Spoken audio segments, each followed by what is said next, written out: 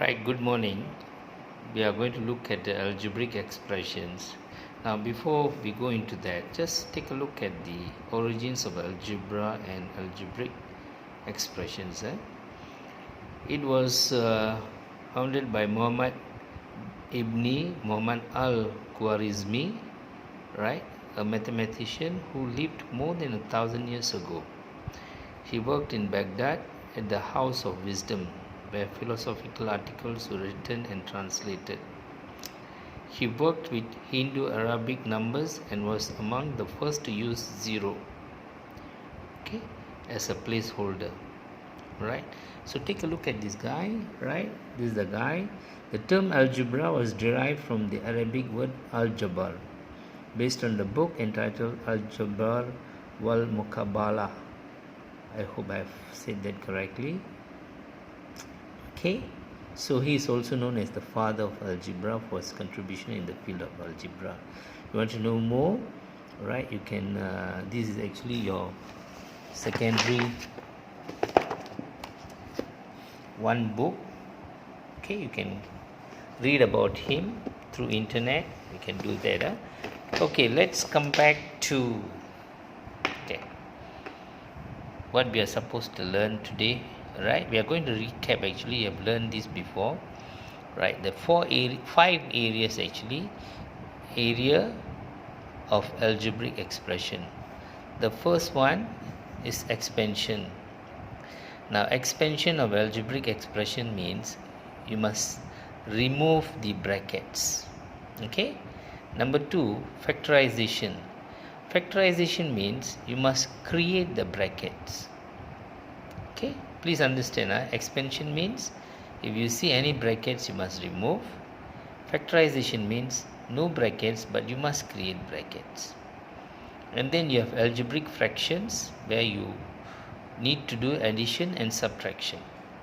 And another part of algebraic fractions is you do multiplication and division. And the final part is, of course, simplifying. Right? Okay, let's look at some of it today. Right? Let's understand each of them. Now, how the first one, the expansion, works to remove brackets. Let's look at some examples here. Can you see that? First one, very simple. Right? So what you do, you just times inside, you get rid of the bracket. So that's the final answer. Right? The second one, right, you must know the first term, multiply the first term here and then the second term, and then the second term will multiply the first term and the second term, and you get the arrangement like that. So A multiply with C, A multiply with D, you get like that. B multiply with C, B multiply with D, you get like that. So that's the arrangement. So it's all, not only numbers, it will be in alphabets. Then the third one, you have a square there. Can you see that? Bracket, square. So if it's A plus B means you must have A plus B, bracket, again A plus B, bracket, and then you expand it. Right?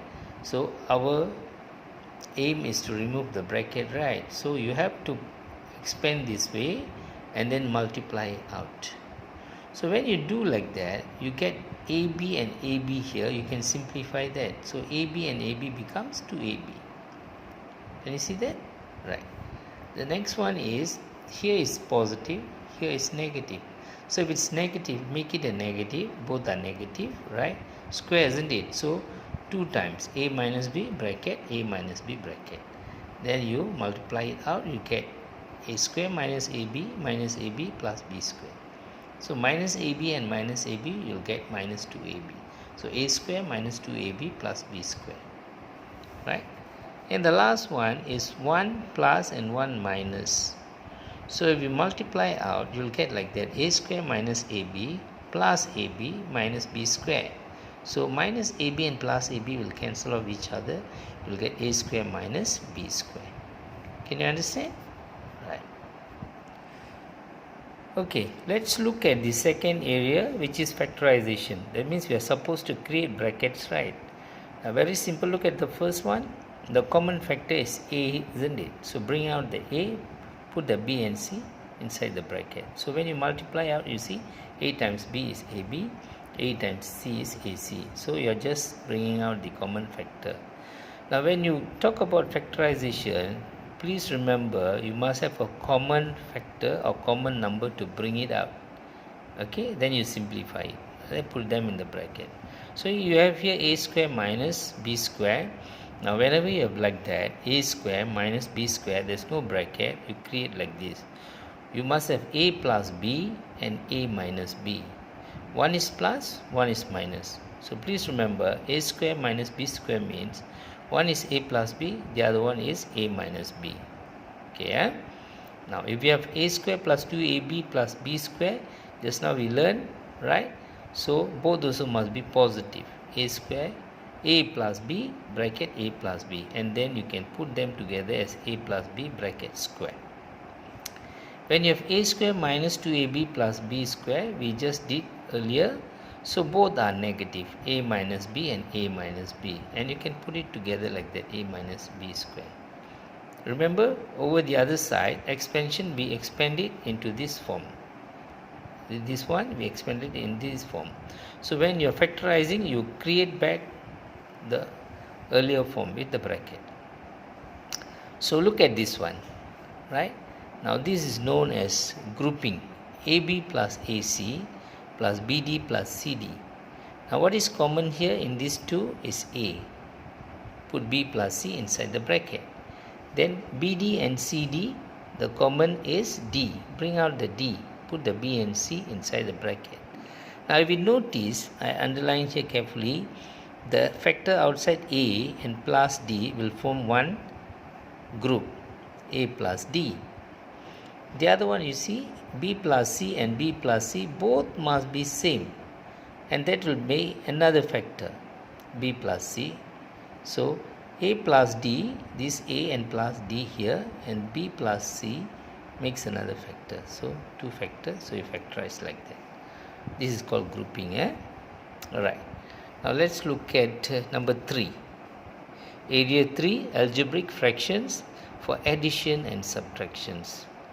Now like you have learned in fractions, instead of numbers we have alphabets here, A over C plus B over C. Now when we have learned this, when the denominator is same, you can plus or minus the top. So here it is A plus B over C. So if it's minus, so A minus C over the common denominator is D. Now if the denominator is different, okay, like if it's 2 here and 4 here, of course if 2 and 5, let's say you times here 5 and times here 2, right? Same way, if this is A and this is D, bring the D and multiply here. If you multiply bottom D, the top numerator also by D. So this A multiply here, so bottom also multiply A, top also multiply A. So what will happen?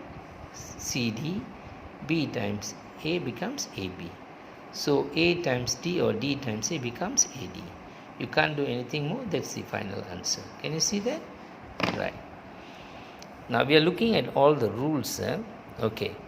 The fourth area or the fourth rule is for multiplication and division. Like fractions, when you multiply, same thing with alphabets. C over A times B over D. So C times B becomes BC. A times D, AD. If it's divide, you know, isn't it? Divide must become times. When you make it times, the second term here, the bottom denominator will go up, the top numerator will come down. So you'll get C times D, CD, A times B, AB. You have mixed numbers, you see CX over AM times BM over DX. Now M on top and M below, you can cut each other. X on top and X below can cut also. So on top you have B times C, BC, and A times D, AD. Can you see that? Very good. Okay, let's look at the fifth one, the final rule, algebraic fractions, how to simplify. Let's say I have given you 3 examples, 2AB over 4AC. The 2 and 4 you can simplify. The A and A can cancel, so it becomes B over 2C. Very simple, correct enough. Now let's look at the second one, little bit more am plus an over bm plus bn. The common factor is a, bring out the a, put the m plus n inside. The common factor b, bring out the b and put the m plus n. Now when you bring the common factors out, can you see the top as m plus n and the bottom as m plus n? When they both are same, you can cancel each other, leaving you with a over b. Okay, practice, you'll know how to get this. Very interesting. Now the third one, a square minus b square. You know, when there's a square minus b square, one must be positive, one must be negative.